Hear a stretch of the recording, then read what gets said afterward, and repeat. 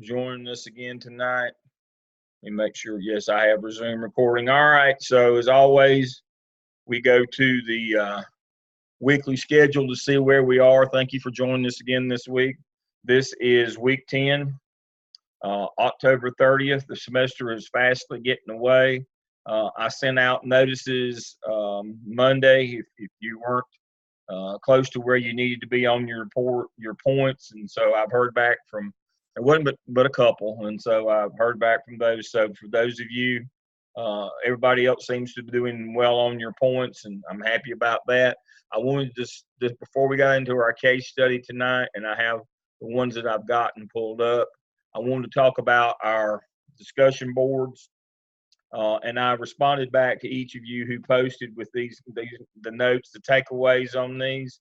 Remember, the takeaway from the IEP meeting is this: even though the EC staff prepares all the paperwork and is responsible for all the timelines and to direct the meeting, the decisions are still collaborative.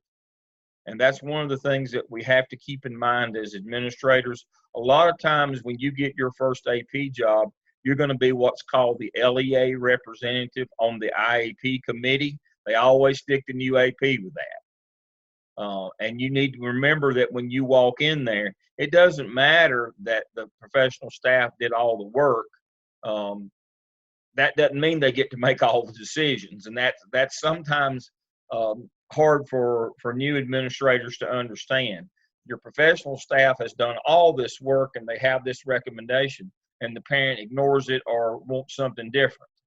And you have to learn that it's a political process of give and take, and that the decisions have to be collaborative. And even though it might not, what the parent is advocating for might not be in the best interest of the child, you still have to understand that decisions are collaborative. Now, you can outvote the parent and then them decide to do something different.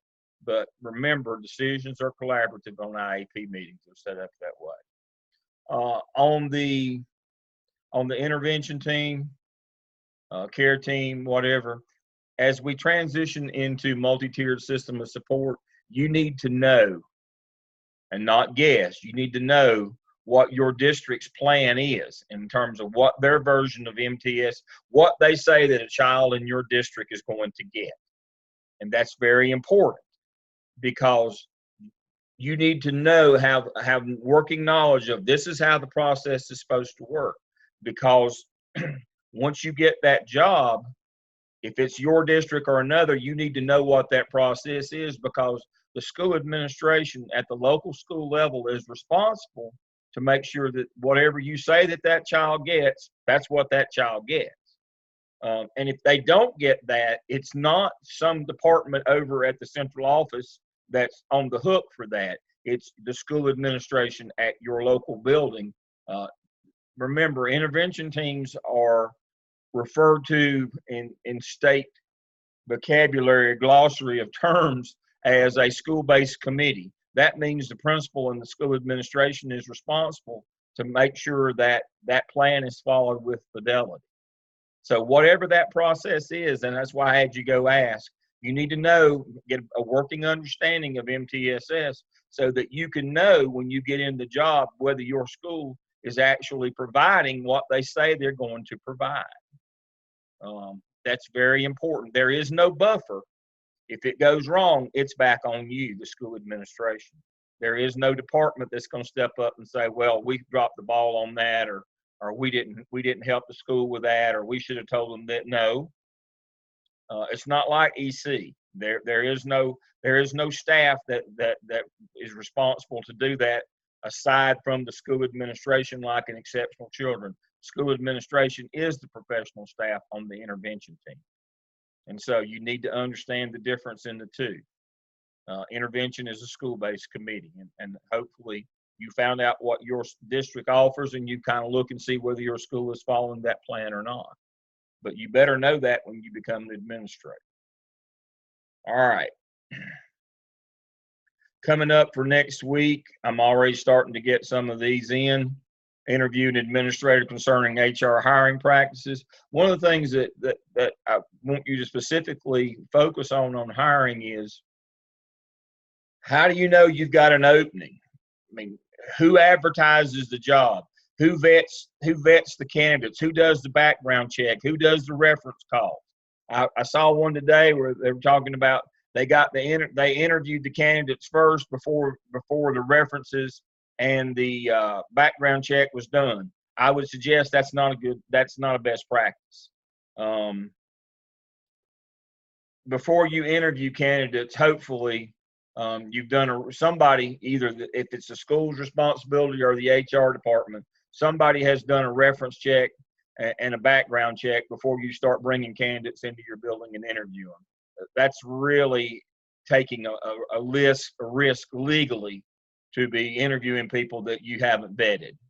That can get you into some trouble. So kind of know what the process is and how it works, who advertises, who offers the job, who calls the ones who didn't get the job. Know those kinds of things. Know what in your district the school's role is in hiring candidates. And the other is employee compensation, as I wrote in one today that came in. School administrators need a basic knowledge of what the HR benefits are in their school district. Just a basic working knowledge so they can answer general questions. But more importantly, they need to know who to refer staff to, faculty to, who have specific questions, because those are things that are really near and dear to the faculty members about their pay, their licensure, their employee assistance, help with drug and alcohol addiction, counseling for depression, mental health. All those issues are very critical and very personal and dear to your employees. It's not a good thing if somebody comes to you and reports that they're having problems and you say, I'll get back to you, and you never do. That's kind of like, the suicide hotline putting people on hold. That's not a good idea. You need to make sure that you have the person's name that can deal with them effectively and immediately. So you need to have a general idea of what your district offers in terms of employee assistance and benefits, but also who the person that they can contact if they have more specific questions. That triggered a memory for me today. I get a news feed. A child reported bullying. The AP said that they would do X, Y, and Z. They didn't do X, Y, and Z. They, I guess, just talked to the kids that were bullying the young fellow. I think he was 11 years old. When they got back in school on Monday, the kids were not suspended. They had not been dealt with, and they ended up assaulting the young man. He fell, hit his head, and died. He was taken off life support today. The school district put out a blanket statement that that the kids that beat him up were at fault, and they saw that they were not at fault. And of course, they've already retracted that statement, which was tone deaf. But there'll be multiple people lose their job on that one because they did not follow through. It was a Friday. You know how it gets late on Friday. It was on Friday, and we'll do this, but they won't wait till Monday to do it. Didn't handle it, and the young man ended up seriously, gravely, fatally injured before they got around to dealing with it. Again, you can't put things off, and that the same way with employees that come to you and say, I'm having this problem, that problem, this issue, that issue. You can't put it off. It's just like calling the police when the bus has a wreck. You can't put it off. You can't go look, see if anybody's hurt first and try to make an adjudication. Can we keep this off the news? No. You're not a medical doctor. Call the law. You get a report of a sexual misconduct, call the law. The court case in Gaston County came up this week. It made the noon news 2 days ago. I watched it. She surrendered her license. It did come out that there was another student involved as well. She surrendered her license and she got a suspended sentence. because the students, both of them were over the age of consent. One was 17 and one was 18. So she didn't get any prison time. That has not gone well with the parents in the community. So that one's to be continued. That one might have gone to kind of laid down and been quiet for a while, had the teacher, or the assistant principal got some active time out of it. But since the sentence was suspended, it has really riled up obviously the parents of the victim and parents in the school community. So that one has continued on the news cycle for the remainder of the week. It's popped back up each day. Those parents are starting a petition. They're angry. They want blood. They didn't get it from the assistant principal who resigned and surrendered her license. They didn't get it from her. Now they're expecting some blood from the school district. So that one's to be continued. As I said, if you can't get off the news cycle, eventually somebody will have to go home. That one's not going to get off the news cycle. They were not happy with the judge's ruling of a suspended sentence for the perpetrator in that crime.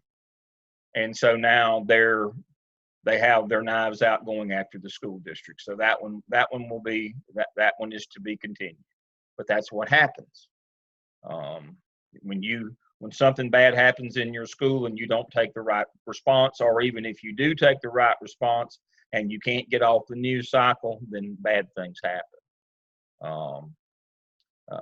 My news feed yesterday, there's a principal suspended for not investigating an allegation of a sexual relationship between a teacher and a student. Tried to cover it up. Local principal has been suspended. That one, more on that one later as well. Folks, it's the cover up. It's the not contacting the police that ends up getting you on these things. So always remember those things. All right, so that leads us into tonight. So we're back to our case studies again, and I just love these. So we're at case study 3. All right, so be sure you've read chapter 5, Students' Right, the Principal's Quick Reference Guide to School Law. Answer the 4 questions. Cite how you would address or minimize bullying and cyberbullying. And so here's the case. We got Jimmy and Willie.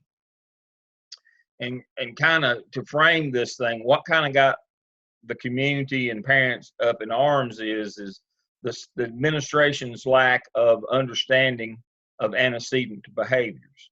Jimmy and Willie were doing a lot of public displays of affection, which are again against the code of conduct. That's not allowable, but they did not stop Jimmy and Willie from holding hands and kissing and doing other things in public. And so it got all over the community because of that, because of their inability or inaction, the school administration, the principal's inaction. It got away from the school in terms of here come parents screaming and yelling, demanding to talk about Jimmy and Willie, even though it wasn't their children, starting a petition, all those kinds of things. And so the principal called Jimmy and Willie in and had some strong words to Jimmy and Willie and said they couldn't come to the prom. So that's where we are. So who wants to go first tonight? Who do we have? Sean, I see you. I'm going to nominate you, Sean, to start first. Does that sound good? That's fine. All right, let's see if I can find. Let's see. Who's in your group? I have LaToya and Carrie here tonight.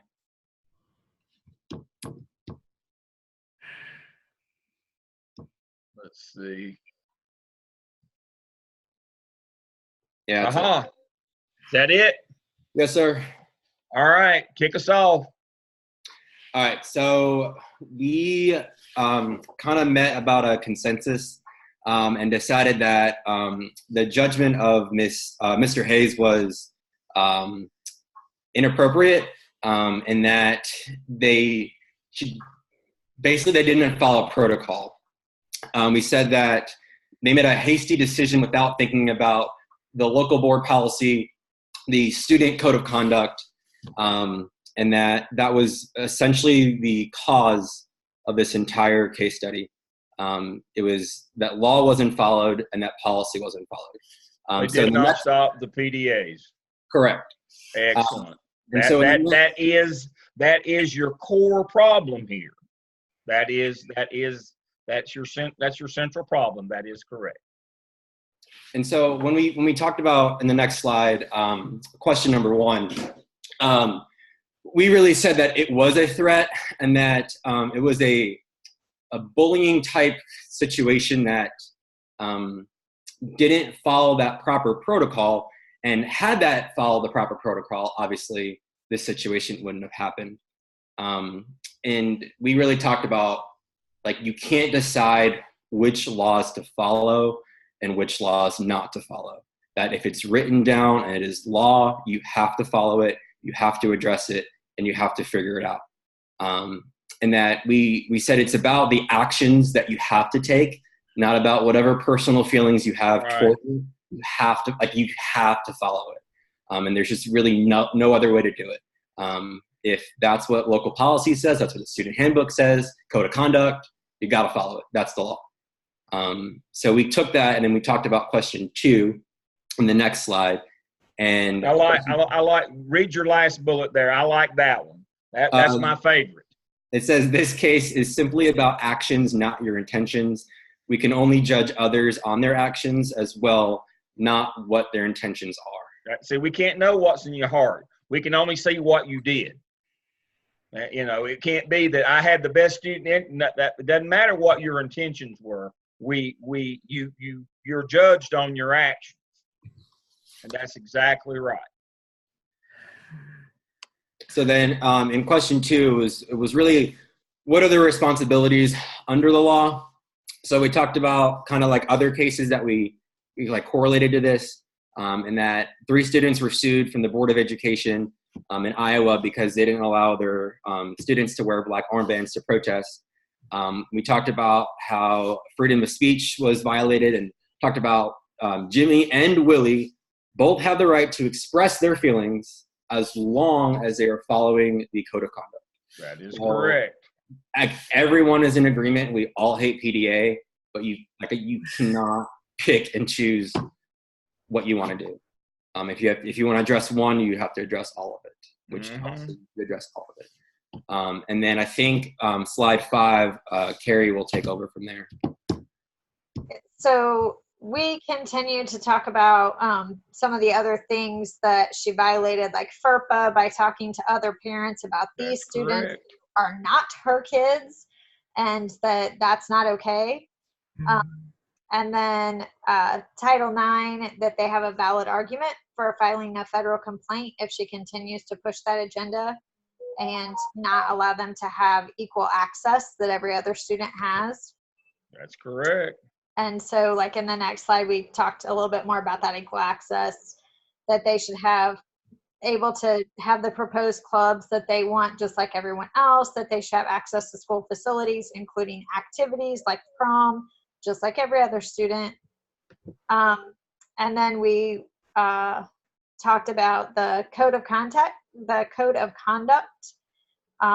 that she didn't follow procedures, she didn't implement the code of conduct followed by the majority of school systems. She didn't address the PDA at the beginning, which probably led to the whole thing. If she would have addressed that, then it wouldn't have blown up.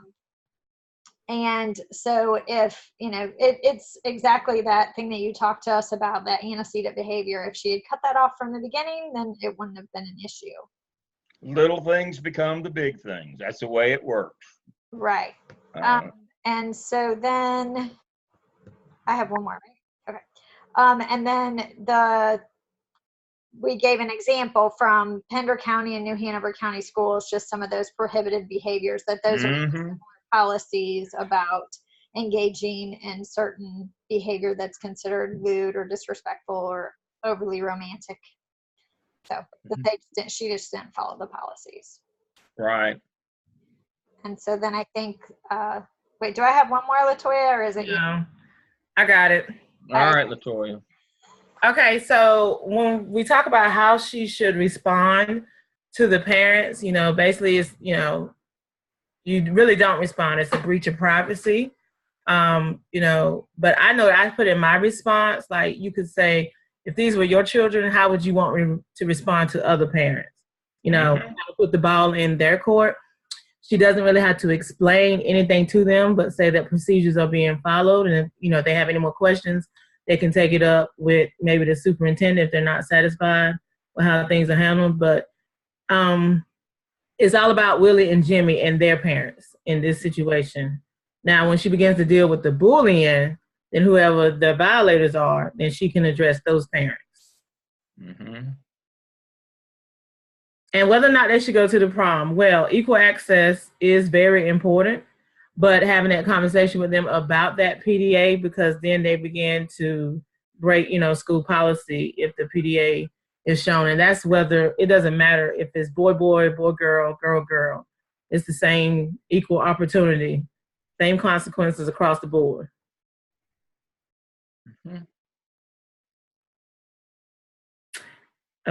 Okay, and so some of the things we came up with as far as addressing bullying and cyberbullying, staff development is essential every year, I think, because, turnover.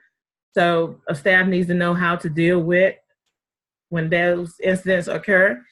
And then proper ways to investigate. And we talked about behavior management systems being in place that particularly target bullying. Mm-hmm. And how to not only help the victim, but to help the child that is actually doing the bullying at the time. And counseling for both parties. Those are just some of the things we put in. Okay. And it's all about being fair. It's all about justice. And all students are held to the same standards, regardless of who they are. And some of the areas of improvement, building better relationship, having that better collaboration amongst your admin team and maybe, teachers that are involved, and shared decision making. So I don't quite understand why it was just one person handling this situation. She didn't really consult with anybody else. But I feel like as an admin team, some things should be shared. Well, we feel like, I'm sorry. And just because their choices do not match your personal beliefs doesn't mean that, you should expect all students to act the same way. I think that was the key with her. In this case study, she was more so focused on Willie and Jimmy and intentions, but we see your actions, and you stated that before. And students' academic and social success, being held accountable for that, and modeling self-awareness and practice of ethical behavior is very important. I think that's it. Very good job. Y'all are getting better at this. Every time, better and better and better. Y'all are getting better at this. You're learning to follow the law and bring in all the different pieces. There's a lot of moving parts in this one. You cited a lot of laws, a lot of policies. You brought your policies in. You can't just be about your opinion. You need to research the laws and the policies. As I said, in your district, you've done an excellent, excellent job of doing that. And when you do that, you can make sound decisions that will be supported by your superintendent, be supported when you're an AP by your principal, and be supported by the legal system. Conversely, if you don't, it won't go well for you. And so this is a really, really good one. I really like this one. I appreciate this. What a good job you've done. Again, I love to see that you've done all of your homework on this one. Back to case study 3 materials. I read one today. Well, I read them all today, and I'm trying to remember which one I read.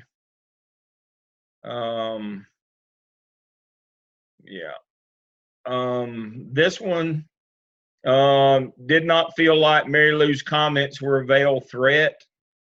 I want to address that through another one. Let me see. Make sure I've got it here.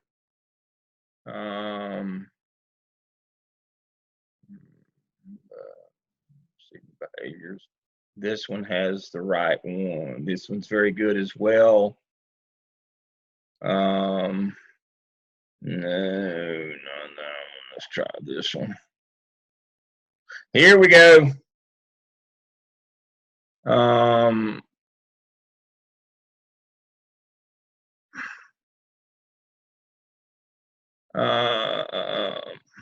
Right here. Can anybody see that one? If it is sharing it. And all right, now this is the point. The previous presentation made that it was a veiled threat, but how did you adjudicate that it was a veiled threat? This is, let's see, this is Jennifer, William, Alana, and Darlene. All right. And do we have any of those folks with us tonight that want to talk about this one? Ellen? Hi, can you hear me? Can. Hey, yeah, this is Thank Iman, and we did find that Mary Lou's comments were veiled threats, and we based our decision based off the heckler's veto law. That is absolutely correct. Yay! And students do have the right to express themselves as long as their expression is not disrupting the school environment or provoking violence. Jimmy and Willie were expressing their sexual orientation, but it was nothing to disrupt the learning environment, or it did not provoke any students to cause some type of violent raid or anything. So yes, Mary Lou's comments were veiled. Absolutely veiled threats under the standard of heckler's veto. So let's go back and visit heckler's veto. What heckler's veto is you can't say, I am protecting you from somebody else's unlawful actions, so I'm going to inhibit your rights or freedoms, or I'm going to punish you based on what somebody else might do that this idiot over here is going to do to you.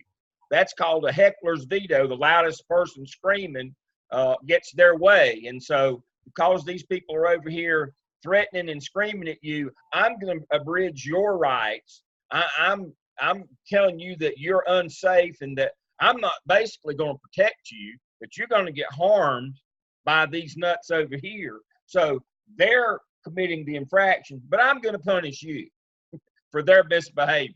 That's what a heckler's veto is. And so when you tell somebody, I'm afraid for your safety from these people over here, instead of going to them and saying, we're going to punish you if you don't do the right thing, you're basically punishing the victim. That's what a heckler's veto is punishing the victim. That is in court considered a threat. Absolutely. You cannot employ a heckler's veto because that threatens, you're telling them, I'm not going to stop them from hurting you. I'm afraid if I let you come to the prom, they're going to hurt you. Well, what if you told them, if you've made it okay for them to hurt you if you come to the prom? And so now you're afraid to come to the prom. That's what heckler's veto is. And so under that standard, telling somebody you can't come to the prom and I'm not doing it to punish you, I'm afraid for your safety, you are punishing them. And it is a threat. There is a threat of violence associated with that. And basically you're saying, I'm not going to stop them. If they get you, you just got. And so that's a terrible thing. That's a terrible thing for a school administrator to do. That's one of the worst things that you can do as a school administrator, is to tell somebody who's being bullied or threatened or hurt that we're not going to help you. That your recourse or your redress for the grievance that's been committed against you is to punish you. That's akin to jailing the rape victim. We don't do that in this country. We don't suspend the girl who was sexually assaulted or the boy that was sexually assaulted. We don't suspend them. We get the person who perpetrated the crime. But this is punishing the victim. This is heinous. This is not good. Now, do we have anybody else who has anything that I missed in any of these that we need to bring out tonight If you do, I mean, I could have very easily missed them when I was going through these, but I went through each of these as they came in. Is there some point tonight that we've missed? Stop share. Folks we got with us. If I've missed something, please tell us. But I kind of want to preach a little bit now.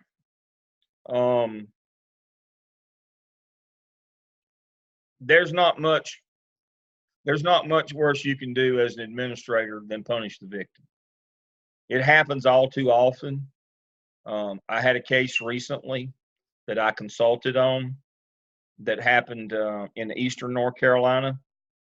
A young girl, I think maybe 6th grade, was attacked by 2 or more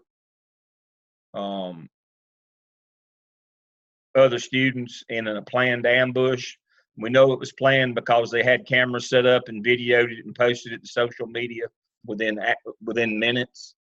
And the school, in an attempt to cover up that they had a gang problem that was targeting students and beating up the good kids, claimed that it was a fight and suspended the girl who was assaulted and injured pretty seriously, had to be hospitalized. And the school district, and of course, they refused to acknowledge that until the video became and had to file suit and do some things, but then all they wanted to do was just lift her suspension and let her back in after she'd already been out of school for 3 days. Of course, that wasn't, but their entire perspective was, we don't want people to know, our parents in this school or school district to know, it's a small city system.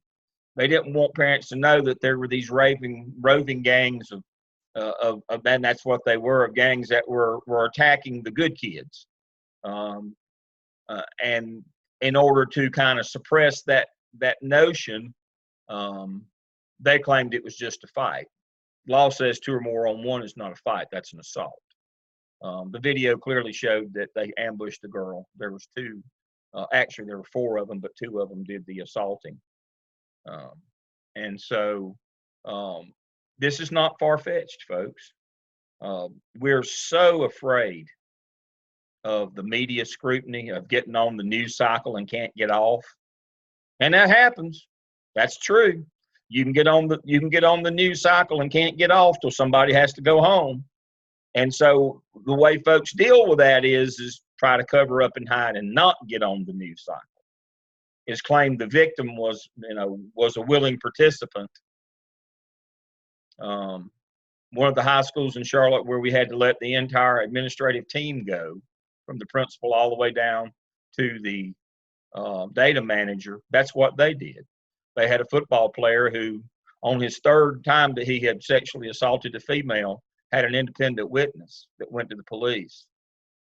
They claimed that it was consensual and suspended her, not wanting them to know that, to find out that this was his 3rd time around. They let him off the first 2 times. And after that, they had no choice but to let him off the 3rd time, except this time there was an independent a vendor that was on campus and saw it. They all had to go home, all of them, because they perpetrated a cover-up in order to try to stay off the news cycle. I could tell a dozen stories and I won't, because some of them would be identifiable. Usually it's the cover-up that gets you. It's the principal's actions where she's not done the right thing. She's let these 2 boys get out of control. And now the cover-up is you're going to get hurt to come to prom. We don't want you coming to prom for your own safety. That's part and parcel of that cover-up. That we didn't do the right thing in the very beginning. We let it get out of control. And then we feel like we have no choice but to then enact the cover-up, the backstory. We're going backwards and covering our tracks. But it all comes down to, just like the ball player at that high school, if they had taken action on him the first time rather than covering it up because it was in season and he was a star player, if they had taken that, but once they covered it up the first time, he's got a free pass after that. He's got a free pass. At one of my job stops, when I was the principal and then in the central office in Burke County back in the early 90s before I went to Charlotte Mecklenburg, Oprah came to town. And, you know, that's like a rock star coming to town. But Oprah came to town. Oprah came to Morganton, and she came to the high rise. There's a juvenile prison facility there in Morganton. Morganton is the western capital in North Carolina. They have the school for the deaf. They have the Broughton Mental Hospital, the school for the criminally insane children. It's the most heartbreaking thing, razor wire around a little playground for elementary kids. At any one time, there's between 8 and 11 kids under the age of 12 who've committed murder. So they commit them there. They also have the high rise for juvenile offenders. And so Oprah was doing a special on, you know, on recidivism, these career criminals, how they're made as young people. And she interviewed a young man there who had stolen a car 22 times, 22 felonies. And she asked him, why 22 times? He said, because they kept letting me out. They didn't lock me up. He said, I just stole 23, but they locked me up. They aren't going to stop until you stop them, is the point. That's part and parcel of early adolescence and even late adolescence. Kids aren't going to stop until you stop them. You can deal with it now or deal with it later. We were talking about this when a couple of my colleagues, Dr. Sanders and Dr. Stone, were in my office today, and we were talking about this. And one of the things that we talked about is you have to take action. I mean, that's the whole point of being a school administrator, is that you have to be active and not passive. And that, you know, we sat and talked about, we hope that our folks in the end know what the job is. And in 605, when you get there, you kind of find out who you are and if you really want to do this job or not. But it's our responsibility to make sure that you understand what the job is and what actions you have to take.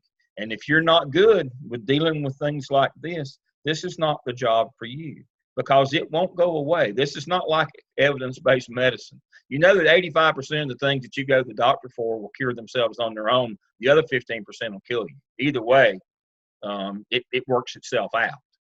That's not the way it works in the school business. They don't work themselves out. They get worse. And so this is not evidence-based medicine we're talking about here. This is school administration. It won't go away. It won't get better if you ignore it. The cover-up is always worse than the crime. These are lessons that you need to learn along the way for school administration.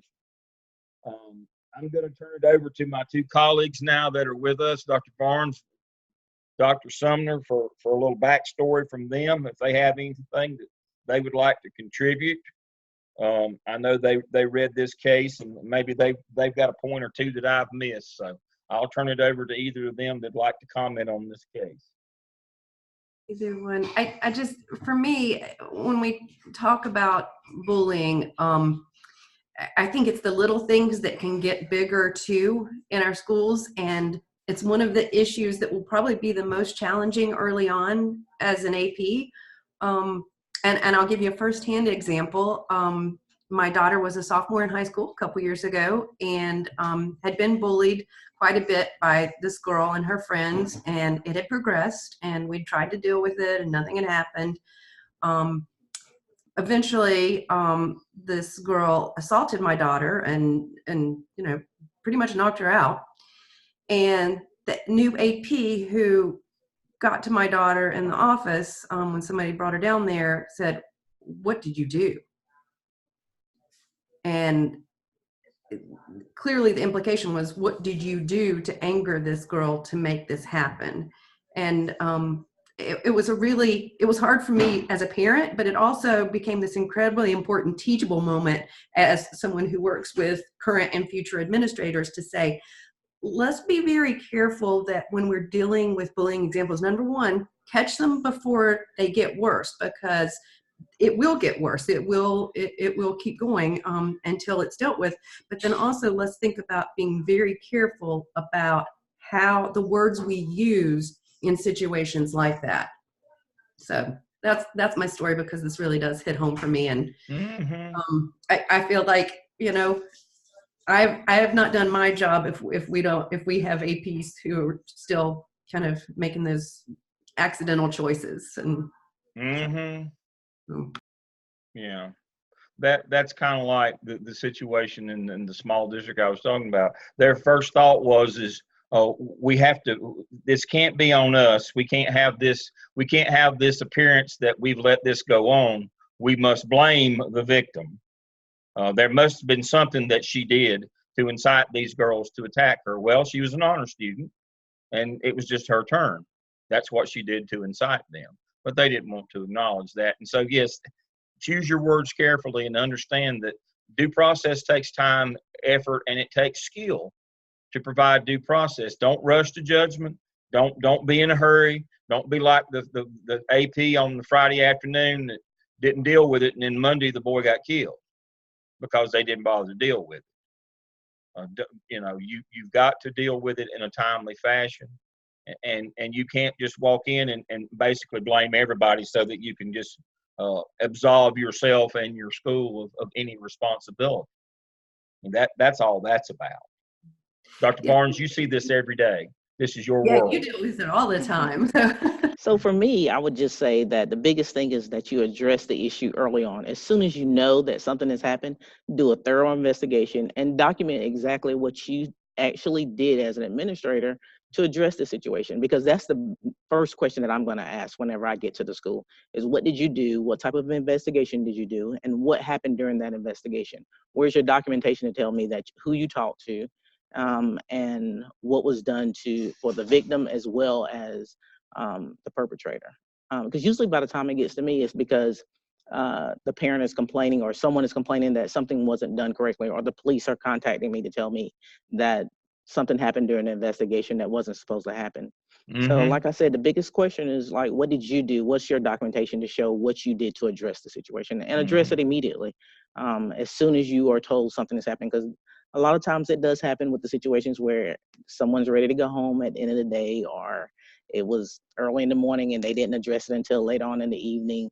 You got to take the time to address each situation and give it your thorough attention. And may I say one more thing along that line? The other area where I think we're missing out, we're assuming that our teachers and our coaches understand what to look for with bullying and how to stop it, and how to use how powerful their words and actions can be. Also, that's an important thing to find out, in your own schools right now, and really think about what kind of education are we providing the adults who work with our students in terms of both bullying prevention and bullying behaviors, or behaviors that can encourage students, because we're dealing with a whole lot of that right now, particularly with coaches. Yeah, and that leads me into a point for Dr. Barnes, and I'll kind of finish up here. When you're doing due process, it's a best practice to take written statements. If it's a serious incident, even if it's not, but if it's not a straightforward, you'd be better off. Make sure that you provide pencil and paper and get written statements. Now, to Dr. Sumner's final point, and I was thinking about this one, a high school in Charlotte.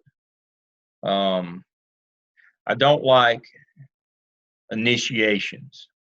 Different clubs, different sports teams. What we used to refer to as initiations now are better known as hazing, which is a form of bullying and assaultive behaviors. One of the things that you have to worry about, and I'll raise my hand because I'm a former coach, is you have to be really careful monitoring your sports teams.